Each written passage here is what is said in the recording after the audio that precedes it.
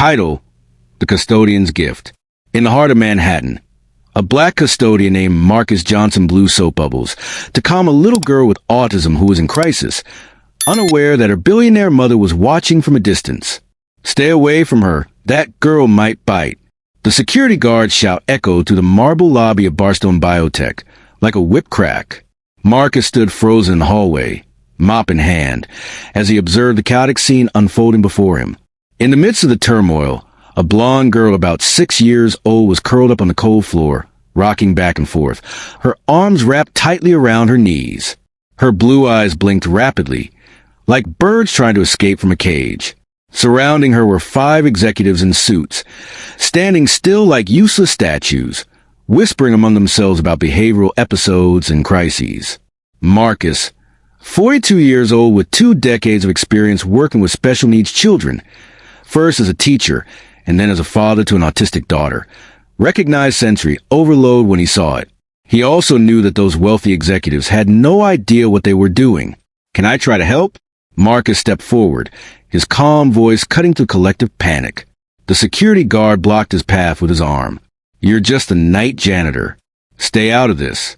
The last employee who tried to approach her was fired on the spot. Marcus didn't respond. Instead, his eyes locked onto the girls, and something passed between them, a silent recognition that transcended any social barrier. He had seen that same lost look in his own daughter Zoe's eyes years ago. Ignoring the security guard completely, Marcus approached his cleaning cart and grabbed a small bottle of dish soap. Then, without saying a word, he sat down on the Italian marble floor, keeping a respectful distance of 3 feet from the girl.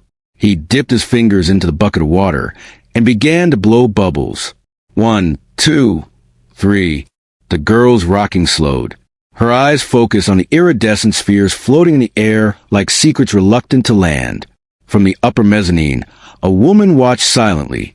Gabriella Ward, the billionaire CEO of Barstone Biotech, had led rooms full of world leaders and crushed hostile takeovers before her second breakfast.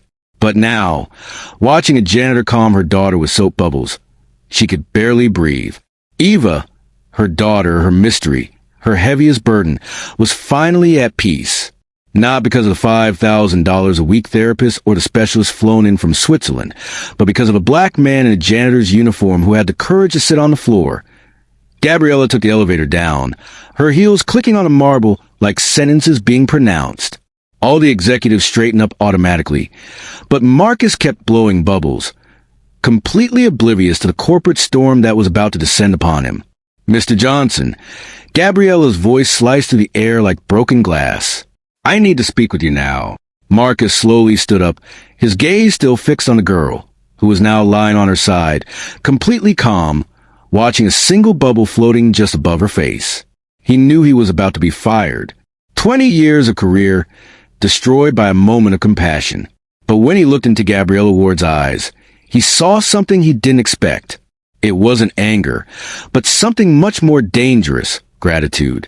And those who know the truly powerful understand that their gratitude always comes with a price you never see coming. If you're enjoying the story about how a simple act of kindness was about to change 2 lives forever, don't forget to subscribe to the channel, because what happened in that office over the next 15 minutes would completely rewrite the rules of the game. Gabriella Ward's office occupied the entire 42nd floor, with floor-to-ceiling windows offering a panoramic view of Manhattan, worth more than most people earned in a decade. Marcus entered slowly, his rubber-soled shoes making a dull sound on the 6-figure Persian carpet. "Sit down," Gabriella ordered, pointing to a leather chair that probably cost more than Marcus's monthly salary. She remained standing behind her glass desk, an intimidating tactic she had perfected in 1,000 corporate meetings. "Who taught you that?" she finally asked, her blue eyes fixed on him. "The bubbles, the technique, whatever it was." Marcus took a deep breath. "My daughter has autism. I learned it out of necessity." "Your daughter?" Gabriella repeated the words as if testing a strange concept. "And where did you learn the therapeutic techniques? In some extension course? A weekend workshop?" The condescension was subtle, but Marcus picked up on it immediately. 20 years dealing with wealthy parents who believed money bought experience had taught him to recognize that tone. I was a special education teacher for 17 years, he replied calmly, specializing in autism spectrum disorders from Columbia University, with a master's in educational psychology. The silence that followed was deafening. Gabriella blinked once, then twice, as if processing a system error. Teacher, she said the word slowly, as if savoring a particularly elaborate lie. And now you work as a janitor. People need to eat, Marcus replied flatly. Education budgets have been cut. Special education programs were the first to go. It's not exactly a booming market for specialized teachers in a system that prefers to ignore them. Gabriella finally sat down, her executive control wavering for the first time in years. Are you telling me you have more qualifications than most of the therapists I've hired for Eva, and you work as a janitor? I'm telling you that qualifications on paper mean nothing if you don't know how to connect. Marcus leaned slightly forward. How many specialists have you brought in for Eva? 10, 20, all with impressive degrees, and even more impressive fees. Gabriella's jaw muscle twitched. 43 different professionals in 4 years. And how many got her to speak? None. Marcus nodded. Because they came to fix her. I came to know her. Gabriella fell silent for a long moment, studying the man before her. Everything about him challenged her carefully organized categories. A black janitor with a master's degree, a man who cleaned bathrooms but spoke like an academic, someone she had dismissed as inconsequential, but who possessed exactly the skills she had desperately sought for years. I want to hire you, she finally said, to work with Eva as a therapist. $15,000 a month part-time. Keep your current job until we're sure it works. Marcus laughed, a deep, rich sound that resonated in the marble and steel office. Ms. Ward, you're not offering me a job. You're trying to buy your conscience. Gabriella's face hardened instantly. Excuse me? She had just discovered she had completely underestimated someone based on his work clothes and the color of his skin. Now you're trying to make me another employee to feel better about your own prejudices. I have no prejudices, Gabriella retorted, her voice as sharp as glass. Then why did you assume I was just a janitor without an education? Why didn't you ask about my background before judging me unfit to be near your daughter? Gabriella opened her mouth to respond, but then closed it. For the first time in decades, someone had broken through her corporate armor and exposed something she didn't want to see. Marcus slowly stood up. Eva doesn't need another expensive employee, Ms. Ward. She needs someone who sees her for who she is, not as a project you want to turn her into. So what do you suggest? Gabriella's voice was now lower, less imperative, and more sincere. Let me spend time with her. No cameras, no timers, no progress reports. Just time. And in return, Marcus smiled, not the professional smile he reserved for hostile bosses, but something genuine and slightly dangerous. Maybe your daughter will learn that the world isn't just a cold place filled with people trying to change her. He headed for the door, then paused. Oh, and Ms. Ward, next time someone stops to help your daughter, maybe consider asking about their qualifications before assuming they don't exist. The door closed with a soft click, leaving Gabriella alone with a revelation that troubled her more than any courtroom defeat or stock market loss. She had found exactly what she was looking for in the last place she would have thought to look, and had almost lost it due to her own prejudices. But what she didn't know was that Marcus Johnson had spent 4 years observing the rich and powerful in their most vulnerable moments, cleaning their offices, listening to their private conversations, witnessing their weaknesses when they thought no one was paying attention. And now, for the first time, one of them had given him exactly the opportunity he had been waiting for to prove that intelligence and compassion didn't come with price tags or dress codes. 3 days passed before Gabriella Ward broke the silence. The call came during Marcus's night shift, and her voice sounded different, less authoritative and more hesitant. Eva hasn't eaten since our conversation, she said bluntly. She hasn't drawn. She hasn't spoken. She's regressing. Marcus stopped cleaning the executive bathroom. And what do you want from me? Please accept my offer. I haven't changed my terms, Marcus replied calmly. No supervision, no timers, no reports. Fine. The next morning, Marcus arrived at Gabriella's penthouse in the Upper East Side with his daughter Zoe. who was 16. By his side, the teenager, who had inherited her father's emotional intelligence and the insight of someone who had grown up observing the world through different lenses, carried a backpack full of art supplies.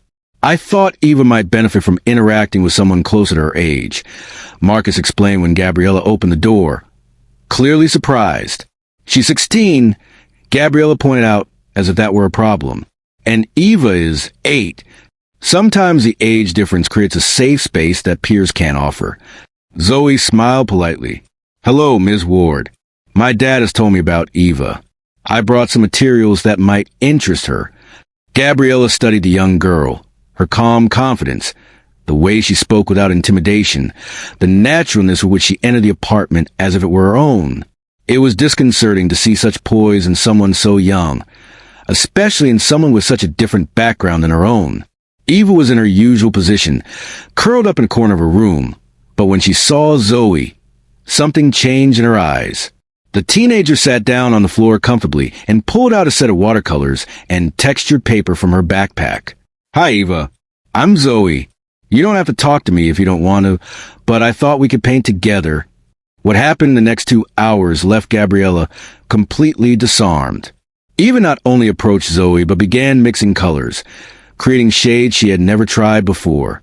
And when Zoe started telling stories about the colors, how blue was the sky when I hugged the earth, or how yellow was the sun laughing, Eva whispered her first word in days. Orange. That's right. Zoe smiled. Orange is when red and yellow decide to dance together. Marcus watched from the door, taking mental notes not only about Eva, but also about Gabriella's reactions. The woman was discreetly filming with her phone, a corporate habit of documenting everything, but also something deeper. For the first time, she was seeing her daughter not as a problem to be solved, but as a person being understood. But the peace didn't last long. Ms. Ward, came the voice from the intercom. Dr. Penton is here for the scheduled session with Eva. Gabriella's face hardened. I completely forgot. Dr. Harrison Penton was exactly the type of specialist Gabriella used to hire. Harvard degree, expensive suits, obscene fees, and arrogance that filled any room even before he entered. Gabriella, dear. He walked into the apartment, as if he owned it, barely acknowledging Marcus and Zoe. Let's see how our little Eva is progressing today. He stopped short upon seeing Eva painting quietly next to Zoe, with Marcus sitting nearby taking notes in a worn notebook. What is this? Dr. Penton asked, his voice laden with professional disdain. Who are these people? Dr. Penton. This is Marcus Johnson and his daughter Zoe. They are helping Eva. Penton let out a laugh that sounded more like a bark. Helping Gabriella? You can't let just anyone interact with a child who needs specialized care. That's irresponsible and potentially harmful. Marcus slowly stood up, making his height even more evident. Dr. Penton, right? I've read some of your articles. It's interesting how your revolutionary techniques are almost identical to the standard practices we used 10 years ago. Teachers, Penton laughed again. Ah, so you're one of those. Let me guess. Special education, some community college. You think love and patience solve everything. Columbia, Masters in Educational Psychology, 17 years of hands-on experience. And you're right about one thing. I believe love and patience work better than arrogance and inflated prices. The silence that followed was tense. Eva had stopped painting and was looking at the adults with tense shoulders. Gabriella, Penton said now, icily, if you want to continue with my services, I must insist that you keep amateurs away from Eva's treatment. That's completely unprofessional. Gabriella looked at Eva, who had instinctively moved closer to Zoe, then at Marcus, who maintained an impressive calm in the face of the evident hostility, and finally at Penton, whose posture radiated the type of authority she had respected for years without questioning. Dr. Penton, Gabriella finally said, maybe we can schedule another appointment for another day. If that's how you want to handle your daughter's treatment, he replied, grabbing his leather briefcase. I can't be responsible for the outcomes. When this experience fails, and it will, my phone number will remain the same. After he left, the apartment fell silent. Eva had returned to painting, but her brushstrokes were quicker, more agitated. Does he always talk like that? Zoe asked. Gabriella nodded slowly. Most specialists are so sure of themselves. Certainty, Marcus murmured, jotting something down in his notebook. It's a luxury only those who have never doubted themselves can afford. That night, after Marcus and Zoe had left, Gabriella lay awake, replaying everything she had witnessed. For the first time in years, Eva had spent 3 hours without a single crisis. She had experienced new colors, connected with another person, and the man who had made that possible had been instantly disqualified by an expert who charged more for a session than Marcus earned in 2 months. What she didn't know was that Marcus had spent those 3 hours not only observing Eva, but also her. Every reaction, every hesitation, every moment of doubt had been carefully noted in his notebook, because Marcus Johnson had learned something important during his years cleaning executives' offices. The most powerful people in the world rarely confront their own contradictions, and when they finally do, the revelation can be devastating. As he walked through the dark streets toward the subway, Marcus opened his phone and sent a message to a contact he hadn't used in months. "I need a favor. Tomorrow night. It's about that project we discussed." The response came within seconds. "I thought you had abandoned that idea." "I abandoned many things when my wife died, but some battles are worth fighting, especially when you finally find the right battlefield." The emergency meeting of the Barstone Biotech Medical Board took place on a gray Thursday, called by Dr. Penton after he discovered that Marcus had been formally hired as Eva's therapeutic advisor. The conference room smelled of expensive coffee and wounded egos. "This is absurd," Penton said, slamming papers on the glass table. "A company the size of Barstone cannot allow charlatans to compromise serious medical treatments." Dr. Miranda Foster, a child neuropsychiatrist, nodded vigorously. "I completely agree. Therapy with soap bubbles? That's dangerous pseudoscience." Gabriella sat at the head of the table with her laptop open, but her attention was divided between the discussion and the photos she was receiving of Eva, the girl painting, smiling, interacting with Zoe in a way she hadn't seen in years. "Ms. Ward," Dr. Penton leaned forward, "I have to be direct. If you continue with this experiment, I cannot continue to associate my name with Eva's care. My professional reputation is at stake." "Your reputation," Gabriella repeated slowly. "Based on what results exactly, Dr. Penton?" The silence that followed was uncomfortable.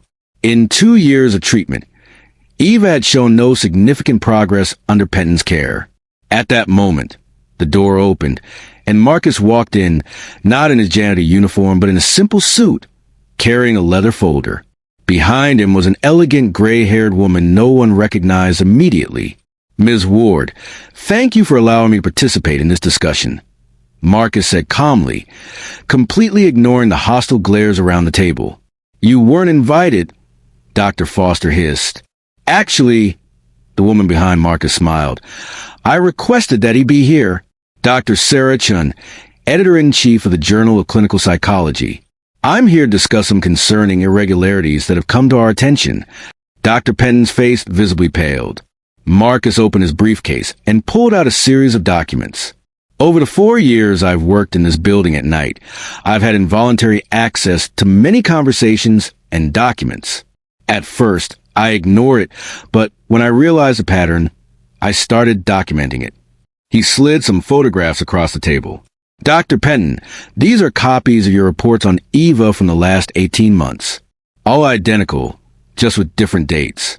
Copying and pasting is not exactly what I would call personalized attention. That's a violation of privacy," Penton stammered.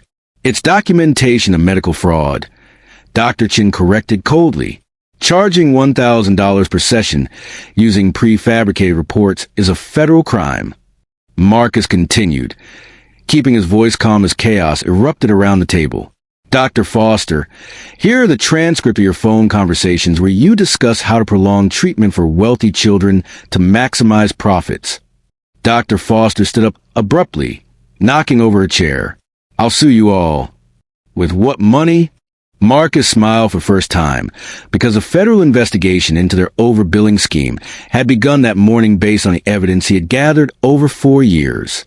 Gabriella watched in fascination as the men who had treated her maternal desperation as a business opportunity began to crumble before her eyes. "Do you know what else I discovered?" Marcus opened another file. Eva wasn't the only child receiving ineffective treatments prolonged on purpose.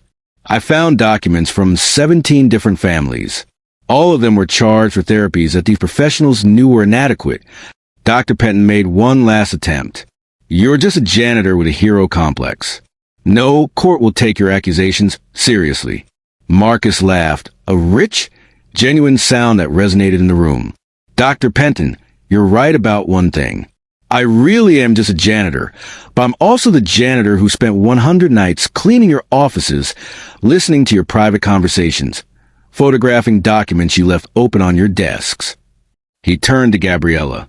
And I'm the man who realized that Eva didn't need more expensive therapists. She needed someone who saw her as a person, not as a source of income. Dr. Penton stood up, tried to maintain some dignity. This isn't over. It is, Dr. Chin corrected. The State Medical Board will be notified today. Your licenses are being reviewed, and the families you exploited have already been contacted by attorneys specializing in medical negligence. As Penton and Foster left the room like fugitives, Gabriella was left alone with Marcus and the doctor. Chun, why did you help me? Gabriella asked. Marcus closed his briefcase. Because Eva deserves someone who will fight for her, and sometimes justice needs witnesses that no one realizes are paying attention. At that moment, Gabriella's phone vibrated with a message from Zoe. Eva said her first complete sentence today. Gabriella looked at Marcus with tears in her eyes. She called you Dad. Kids, Marcus smiled, always know who truly cares for them, regardless of the titles on the wall or the hourly rates. But what none of them knew was that this would be just the first of many transformations to come.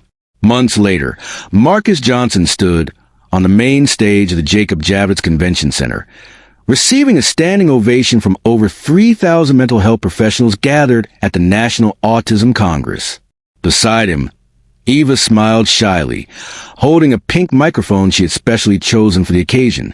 My name is Eva, she said in a clear voice that resonated in the auditorium. And this is Dad Marcus. He taught me that being different doesn't mean being broken. The audience erupted in applause. In the front row, Gabriella discreetly wiped away tears, no longer caring about her carefully constructed corporate image. Dr. Penton and Dr. Foster had become pariahs in the medical community. Federal investigations led to $2 million fines for each, the loss of their medical licenses, and a list of negligence lawsuits that would keep them busy for the next 10 years. Penton was now selling life insurance over the phone, while Foster had moved to Montana, tried to rebuild her life as an Uber driver. The Williams method for neurodiverse inclusion, Marcus continued, is not just about therapy. It's about recognizing that every child has unique gifts that the world must learn to value.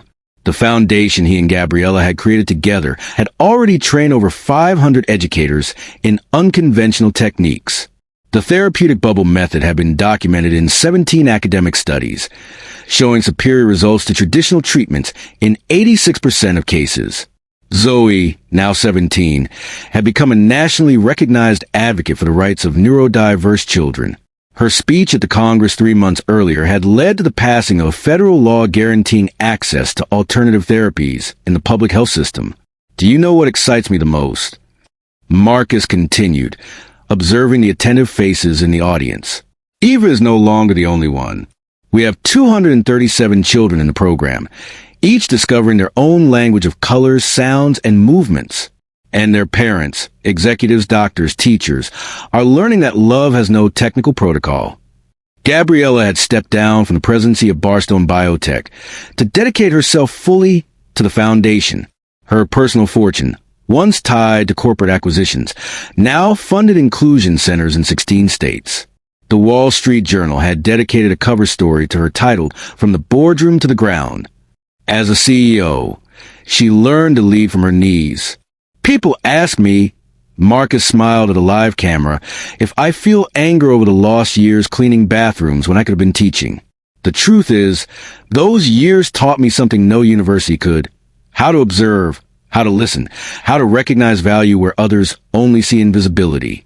Eve approached the microphone again. Dad Marcus says we're all works of art. Some just need different paints.